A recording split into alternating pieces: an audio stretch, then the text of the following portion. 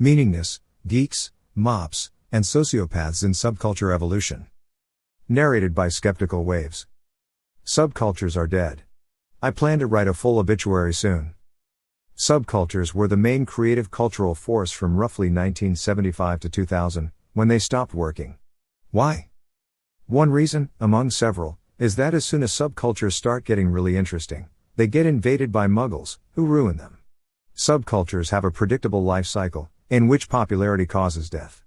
Eventually, around 2000, everyone understood this, and gave up hoping some subculture could somehow escape this dynamic. You can read very brief previews of my analysis of subculture dynamics in this table and/or this page. The muggles who invade and ruin subcultures come in two distinct flavors, MOPs and sociopaths, playing very different roles. This insight was influenced by Venkatesh Rao's Gervais principle, an analysis of workplace dynamics. Rao's theory is hideous, insightful nihilism. I recommend it. The birth of cool. Before there is a subculture, there is a scene. A scene is a small group of creators who invent an exciting new thing, a musical genre, a religious sect, a film animation technique, a political theory. Riffing off each other, they produce examples and variants, and share them for mutual enjoyment, generating positive energy. The new scene draws fanatics. Fanatics don't create, but they contribute energy, time, money, adulation, organization, analysis, to support the creators. Creators and fanatics are both geeks. They totally love the new thing, they're fascinated with all its esoteric ins and outs, and they spend all available time either doing it or talking about it. If the scene is sufficiently geeky, it remains a strictly geek thing, a weird hobby, not a subculture. If the scene is unusually exciting, and the new thing can be appreciated without having to get utterly geeky about details, it draws MOPs. MOPs are fans, but not rabid fans like the fanatics. They show up to have a good time and contribute as little as they reasonably can in exchange. Geeks welcome MOPs, at first at least. It's the massive MOPs who turn a scene into a subculture. Creation is always at least partly an act of generosity. Creators want as many people to use and enjoy their creations as possible. It's also good for the ego. It confirms that the new thing really is exciting, and not just a geek obsession. Further, some money can usually be extracted from MOPs, just enough, at this stage, that some creators can quit their day jobs and go pro. Fanatics contribute much more per head than MOPs, but there are few enough that it's rarely possible for creatives to go full-time with support only from fanatics. Full-time creators produce more and better of the new thing. The MOP invasion. Fanatics want to share their obsession, and MOPs initially validate it for them too. However, as MOP numbers grow, they become a headache. Fanatics do all the organizational work, initially just on behalf of geeks, out of generosity, and to enjoy a geeky sub-society. They put on events, build websites, tape up publicity flyers, and deal with accountants. MOPs just passively soak up the good stuff. You may even have to push them around the floor, they have to be led to the drink. At best you can charge them admission or a subscription fee, but they'll inevitably argue that this is wrong because capitalism is evil, and also because they forgot their wallet. MOPs also dilute the culture. The new thing, although attractive, is more intense and weird and complicated than MOPs would prefer. Their favorite songs are the ones that are least the new thing, and more like other, popular things. Some creators oblige with less radical, friendlier, simpler creations. MOPs relate to each other in normal ways, like people do on TV, which the fanatics find repellent. During intermission, geeks want to talk about the new thing, but MOPs blather about sports ball and celebrities. Also, the MOPs also seem increasingly entitled, treating the fanatics as service workers.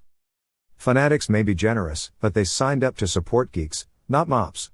At this point, they may all quit and the subculture collapses. The sociopath invasion. Unless sociopaths show up, a subculture at this stage is ripe for exploitation.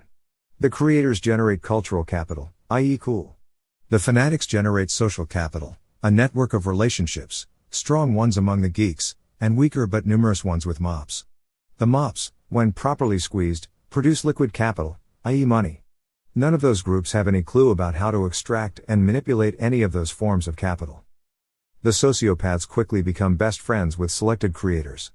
They dress just like the creators, only better. They talk just like the creators, only smoother.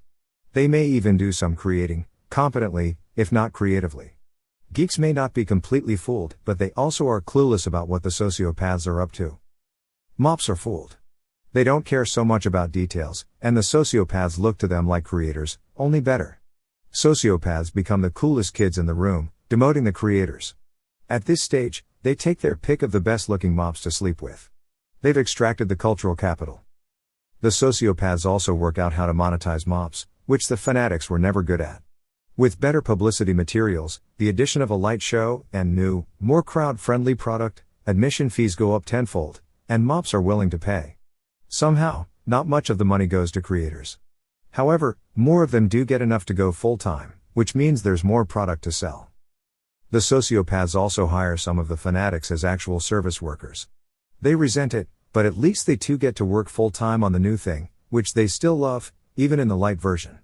The rest of the fanatics get pushed out, or leave in disgust, brokenhearted. The death of cool, unless.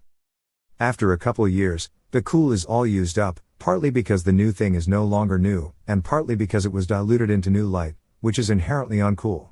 As the mops dwindle, the sociopaths loot whatever value is left, and move on to the next exploit.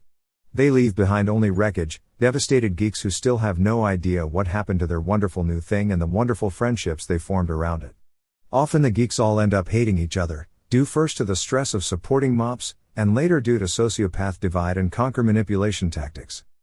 Unless some of the creators are geniuses. If they can give the new thing genuine mass appeal, they can ascend into superstardom. The subculture will reorganize around them, into a much more durable form. I won't go into that in there. I will point out that this almost never happens without sociopaths. An ambitious creator may know they have mass appeal genius, and could be a star, but very rarely do they know how to get from here to there. Resistance. So what is to be done? This is a geek question. The subculture life cycle is a problem only from a geek perspective. As far as mops are concerned, it provides reliable, low-cost waves of novelty entertainment and casual social relationships. As far as sociopaths are concerned, it generates easily exploited pools of prestige, sex, power, and money. From a utilitarian point of view, mops hugely outnumber geeks, so in terms of total social value, it's all good. Can't make omelets without breaking some eggheads. So what is to be done? Geeks can refuse to admit mops. In fact, successful subcultures always do create costly barriers to entry, to keep out the uncommitted. In the heyday of subcultures, those were called poseurs. Mop exclusion keeps the subculture comfortable for geeks, but severely limits its potential. Often there's a struggle between geeks who like their cozy little club as it is, and geeks who want a shot at greatness, for themselves, or the group, or the new thing. In any case, subculture boundaries are always porous, and if the new thing is cool enough, mops will get in regardless. The optimal mop-geek ratio is maybe 6-1. At that ratio, the mops provide more energy than they consume. A ratio above about 10-1 becomes unworkable. It's a recipe for burnout among supporting fanatics. Ideally, the ratio could be controlled. I think few subcultures understand this imperative, and I'm not sure how it could be done even if one did understand. Mops move in herds. Usually either there are only a few or their numbers quickly grow too large. Sociopaths only show up if there's enough mops to exploit, so excluding, or limiting, mops is a strategy for excluding sociopaths. Some subcultures do understand this, and succeed with it. Alternatively, you could recognize sociopaths and eject them. Geeks may be pretty good at the recognizing, but are lousy at the ejecting. Mops don't recognize sociopaths, and anyway don't care. Mops have little investment in the subculture, and can just walk away when sociopaths ruin it. By the time sociopaths show up, mops are numerically most of the subculture. Sociopaths manipulate the mops, and it's hard for the geeks to overrule an overwhelming majority. Anyway, horribly, geeks need sociopaths, if the new thing is ever going to be more than a geeky hobby, or a brief fad that collapses under the weight of the mop invasion. So what is to be done? Be slightly evil. The subcultural mode mostly ended around 2000. There still are subcultures, new ones all the time, but they no longer have the cultural and social force they used to. The classical model of subcultures no longer works, for the reasons given here, plus others I'll describe in upcoming writing. I don't think it can be rescued. However, the fluid mode my hoped for future, resembles the subcultural mode in many ways. The same social dynamics may play out, unless there is a powerful antidote. A slogan of Rayo's may point the way, be slightly evil. Or, geeks need to learn and use some of the sociopath's tricks. Then geeks can capture more of the value they create, and get better at ejecting true sociopaths. Specific strategies for sociopathy are outside the scope of this book. However, I have an abstract suggestion. Rao concludes his analysis by explaining that his sociopaths are actually nihilists, in much the same sense as I use the word. Serious subcultures are usually eternalistic. The new thing is a source of meaning that gives everything in life purpose. Eternalistic naivete makes subcultures much easier to exploit. Slightly evil defense of a subculture requires realism, letting go of eternalist hope and faith in imaginary guarantees that the new thing will triumph. Such realism is characteristic of nihilism. Nihilism has its own delusions, though. It is worth trying to create beautiful, useful new things, and worth defending them against nihilism. A fully realistic worldview corrects both eternalistic and nihilistic errors. Combining what works in eternalism and nihilism amounts to the complete stance, which is essentially the same thing as the fluid mode.